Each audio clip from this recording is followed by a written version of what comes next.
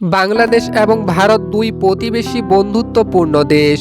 বাংলাদেশের প্রধানমন্ত্রী শেখ হাসিনা থাকার সময় দুই দেশের সম্পর্ক ছিল সবার উপরে, কিন্তু বাংলাদেশে গণ অভ্যুত্থানে শেখ হাসিনার পতন ঘটলে দুই দেশের সম্পর্ক একেবারে তলানিতে পৌঁছে যায়।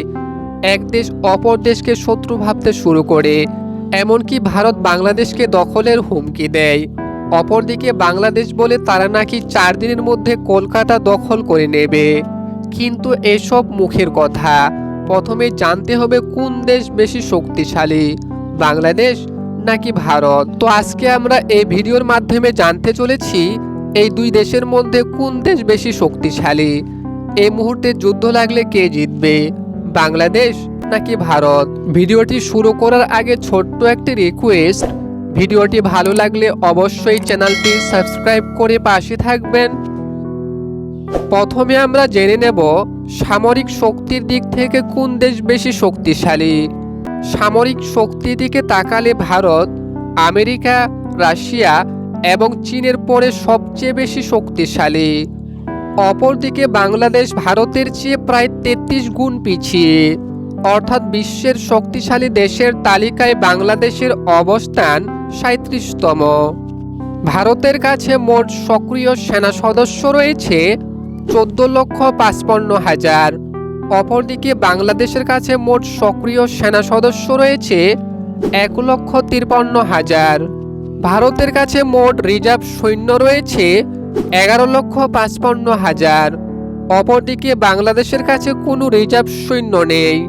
ভারতের আধা সামরিক বাহিনীতে মোট সেনা সদস্য রয়েছে 25,07,000। অপরদিকে বাংলাদেশ আধা সামরিক বাহিনীতে মোট সেনা সদস্য রয়েছে 68 লক্ষ, অর্থাৎ বাংলাদেশ ভারতের চেয়ে অনেক গুণ এগিয়ে। ভারত প্রতি বছর সামরিক খাতে ব্যয় করে $75 বিলিয়ন, যা বাংলা টাকায় 6,21,940 কোটি। অপরদিকে বাংলাদেশ প্রতি বছর সামরিক খাতে ব্যয় করে 423 কোটি। আয়তনের দিকে তাকালে আয়তনের দিক থেকে বাংলাদেশ ভারতের চেয়ে প্রায় 22 গুণ ছোট। জনসংখ্যার দিকে তাকালে ভারত বর্তমানে বিশ্বের সবচেয়ে জনবহুল দেশ। বর্তমানে ভারতের মোট জনসংখ্যা 144 কোটি। অপরদিকে বাংলাদেশের মোট জনসংখ্যা 16 কোটি। একটি দেশ আয়তন ও জনসংখ্যার দিক থেকে এগিয়ে থাকলে সে দেশের সেনা সদস্য বেশি থাকবে, এটাই স্বাভাবিক। এরপর আমরা জেনে নেব ভূমিশক্তির দিক থেকে কোন দেশ এগিয়ে। ভারতের কাছে মোট ট্যাঙ্ক রয়েছে 4,614টি। অপরদিকে বাংলাদেশের কাছে মোট ট্যাঙ্ক রয়েছে 320টি। ভারতের কাছে মোট সাজোয়াজান রয়েছে 1,51,240টি। অপরদিকে বাংলাদেশের কাছে মোট সাজোয়াজান রয়েছে 13,100টি। ভারতের কাছে মোট সচলিত আর্টিলারি রয়েছে 140টি। অপরদিকে বাংলাদেশের কাছে সচলিত আর্টিলারি রয়েছে মাত্র 27টি। ভারতের কাছে মোট টানা আর্টিলারি রয়েছে 3,243টি। অপরদিকে বাংলাদেশের কাছে টানা আর্টিলারি রয়েছে 437টি। ভারতের কাছে মোট রকেট প্রজেক্টর রয়েছে 702টি। অপরদিকে বাংলাদেশের কাছে মোট রকেট প্রজেক্টর রয়েছে মাত্র 43টি। এবার আমরা জানব আকাশ প্রতিরক্ষায় কোন দেশ এগিয়ে। আকাশ প্রতিরক্ষার জন্য ভারতের কাছে মোট বিমান রয়েছে 2,296টি। অপরদিকে বাংলাদেশের কাছে মোট বিমান রয়েছে 216টি। ভারতের কাছে মোট যুদ্ধ বিমান রয়েছে 606টি। অপরদিকে বাংলাদেশের কাছে মোট যুদ্ধ বিমান রয়েছে 39টি। ভারতের কাছে আক্রমণকারী বিমান রয়েছে 130টি।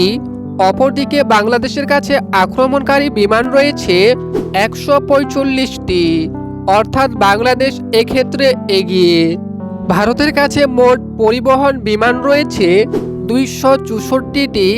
অপরদিকে বাংলাদেশের কাছে মোট পরিবহন বিমান রয়েছে 36টি। ভারতের কাছে প্রশিক্ষণ বিমান রয়েছে 351টি।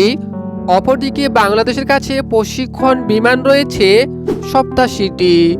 ভারতের কাছে স্পেশাল মিশন বিমান রয়েছে 70টি। অপরদিকে বাংলাদেশের কাছে স্পেশাল মিশন বিমান রয়েছে মাত্র 4টি।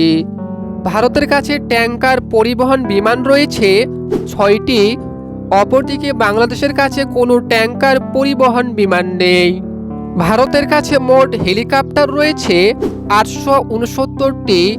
অপরদিকে বাংলাদেশের কাছে মোট হেলিকপ্টার রয়েছে 73টি। ভারতের কাছে আক্রমণকারী হেলিকপ্টার রয়েছে 40টি। অপরদিকে বাংলাদেশের কাছে কোনো আক্রমণকারী হেলিকপ্টার নেই।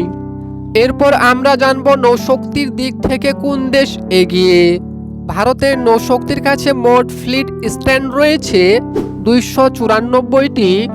অপরদিকে বাংলাদেশের কাছে মোট ফ্লিট স্ট্যান্ড রয়েছে 117টি। ভারতের কাছে মোট সাবমেরিন রয়েছে 18টি। অপরদিকে বাংলাদেশের কাছে মোট সাবমেরিন রয়েছে 2টি। ভারতের কাছে ধ্বংসকারী নৌযান রয়েছে 12টি। অপরদিকে বাংলাদেশের কাছে কোনো ধ্বংসকারী নৌযান নেই। ভারতের কাছে মোট ফ্রিগেট রয়েছে 12টি। অপরদিকে বাংলাদেশের কাছে ফ্রিগেট রয়েছে 7টি।